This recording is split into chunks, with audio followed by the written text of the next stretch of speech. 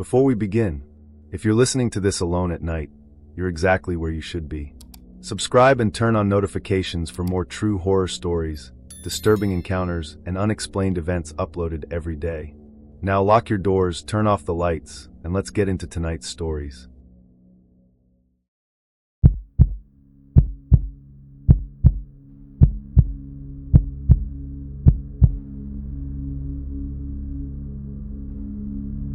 The ferry captain looked at me for a few seconds before handing back my ticket. Then he asked a question that caught me completely off guard. "You planning on coming back?" I laughed. "Yeah, 3 days." He didn't smile. He simply nodded once. "Pack enough food for a week." Before I could ask why, he untied the boat from the dock. That was the last normal conversation I had until I left the island. "My name is Nathan. I worked freelance maintenance jobs for state-owned properties across the Pacific Northwest. Cabins, fire lookouts, old ranger stations, anything too remote for full-time staff. The assignment that month sounded easy. Travel to a small island wildlife station. Inspect the generator. Repair storm damage. Stay 3 nights. The island had once housed a small marine research outpost before funding disappeared. Only one building remained in use. A weather station transmitted data automatically. Everything else had been abandoned. The ferry dropped me off shortly after noon. The captain unloaded my supplies without saying much. Before climbing back aboard, he pointed toward a steel emergency radio mounted beside the dock. "If that starts talking," he paused. "Don't answer it." Then he was gone. The island wasn't large. A single gravel road stretched from the dock to the old research station. Dense pine trees covered almost everything else. No houses, no businesses, no cell service. Only waves crashing against the rocks below. The weather station sat beside a weathered wooden building overlooking the cliffs. Inside, everything looked exactly as described. Working generator, basic kitchen, bunk room, storage closet. Dust covered most of the furniture, but the place felt safe. Just forgotten. I spent the afternoon replacing a damaged fuel line and inspecting the solar batteries. By sunset, my work was nearly finished. I heated a canned dinner and watched fog roll across the water. It felt peaceful. Around 9 that night, the emergency dock radio crackled. The sound carried all the way up the hill. At first I ignored it. Probably static. Then I heard a man's voice. Calm. Clear. "Dock station. Confirm arrival." I assumed the Coast Guard was trying to reach someone. I grabbed my flashlight and walked down the trail. The radio continued. "Dock station. Confirm arrival." No call sign. No vessel identification. Just the same sentence. Over and over. I reached the dock. The water below was empty. No boats. No navigation lights. Nothing. The radio microphone still rested in its holder. No transmission light. No power indicator. The battery had been removed months earlier. I knew because I opened the compartment myself. It was completely empty. The speaker continued anyway. "Confirm arrival." I walked back to the station without touching it. The following morning, I explored the northern side of the island while checking storm damage. Near the tree line, I found another gravel path. Overgrown, almost hidden beneath fallen branches. It wasn't marked on the maintenance map. Curiosity 1. I followed it. About 15 minutes later, the trees opened into a clearing. An entire row of cabins stood there. 6 in total. Every window boarded shut. Every porch collapsed. It looked like a place people had left in a hurry. One cabin door hung slightly open. Inside, chairs remained around a dining table. Coffee mugs still sat on the counter. A deck of playing cards lay scattered across the floor. Nothing appeared stolen. Nothing vandalized. Just abandoned. On the wall hung a large map of the island. Someone had drawn a thick red circle around the weather station where I was staying. Across the circle, one sentence had been written in black marker. "Don't stay after the 3rd night." I folded the map and carried it back. That evening, the dock radio activated again. Only this time, the voice changed. "Nathan." My heart stopped. "The ferry is here." Nobody besides my employer knew I was on the island. The captain had never asked my name. I stayed inside. The voice continued for nearly 10 minutes. Growing more impatient. "You'll miss it." Then silence. At sunrise, I walked to the dock. The tide had washed fresh footprints across the wet sand. Bare feet. Dozens of them. All leading away from the water. none leading back. I followed them uphill. They ended outside my cabin door. No other tracks surrounded the building. Only those. I locked every window before sunset. The third night arrived with heavy fog, so thick I couldn't see the dock from the station porch. Around midnight, someone knocked on the front door. 3 slow knocks. Knock. Knock. Knock. I held my breath. A familiar voice came through the wood. The ferry captain. Nathan. It's time. I looked through the side window. No one stood outside. Only white fog. Then the emergency radio downstairs came alive. Final departure. The exact same words echoed from outside the door. Perfectly synchronized. I didn't move. The knocking stopped. Several minutes passed. Then, I heard footsteps walking away from the cabin. Slow. Heavy. Heading toward the dock. I waited until sunrise. The real ferry arrived just after 8. The captain looked relieved to see me. He loaded my equipment without speaking. Halfway across the channel, I finally asked him why he'd warned me to bring extra food. He kept his eyes on the water.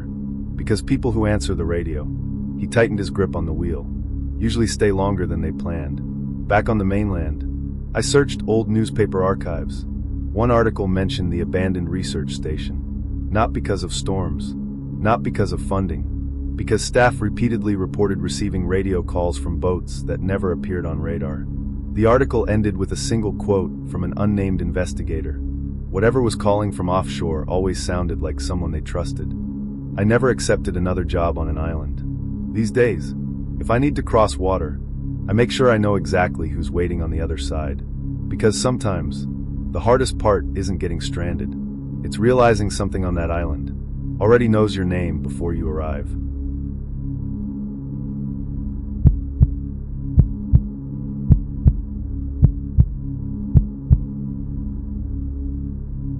I wasn't lost. That's what kept bothering me.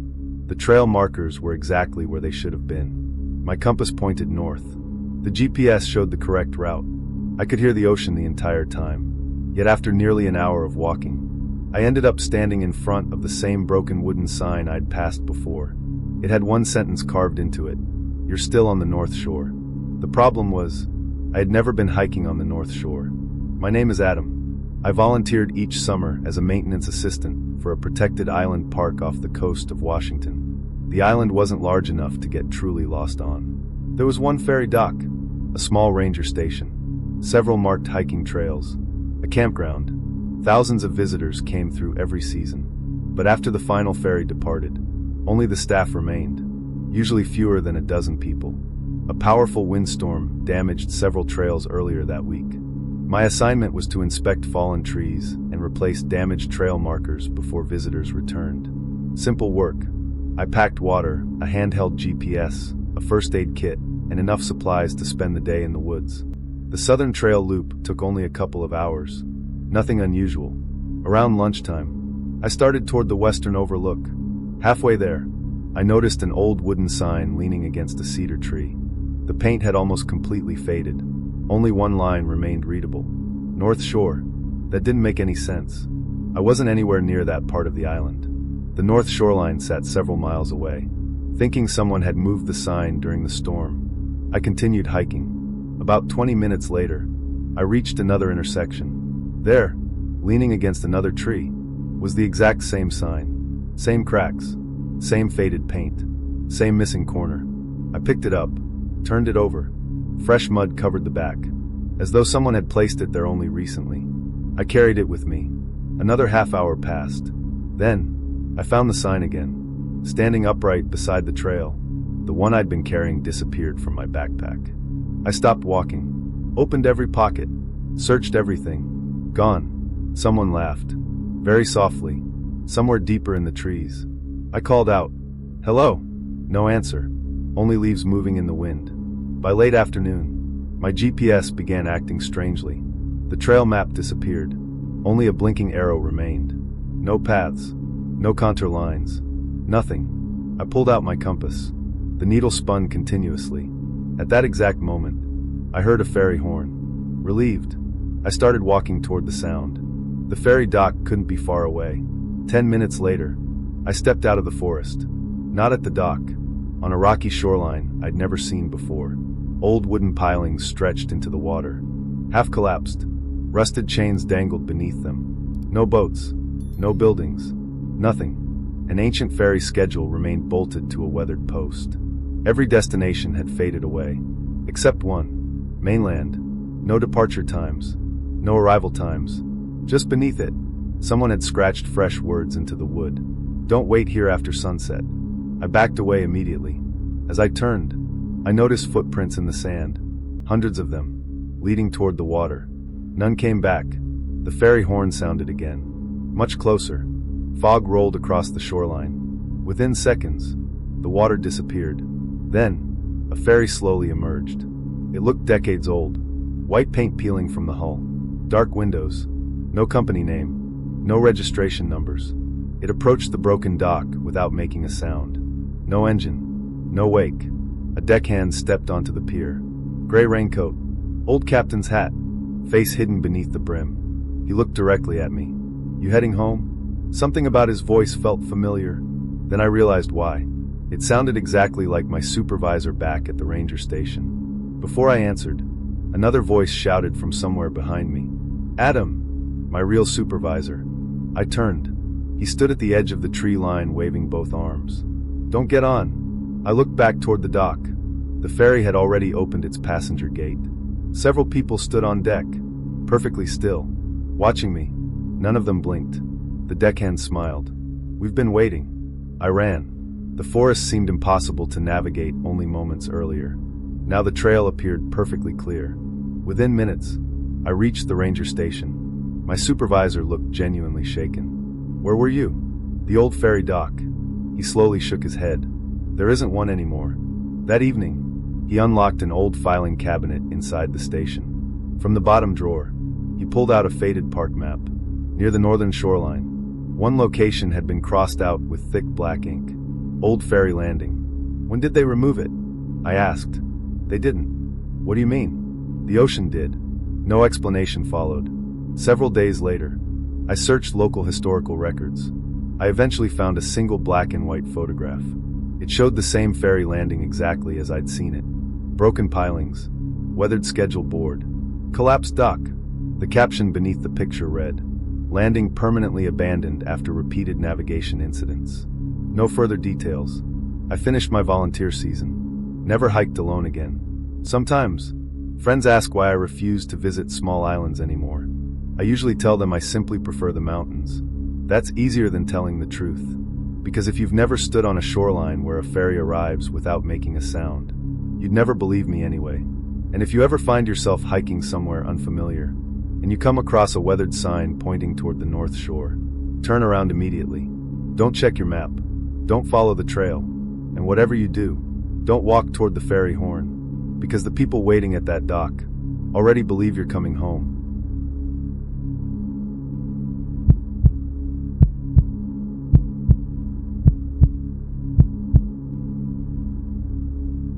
The ticket agent slid my boarding pass across the counter, then quietly pulled it back. She looked at the screen one more time before asking, "Who booked this reservation for you?" I shrugged. "I did." She slowly turned the monitor toward me.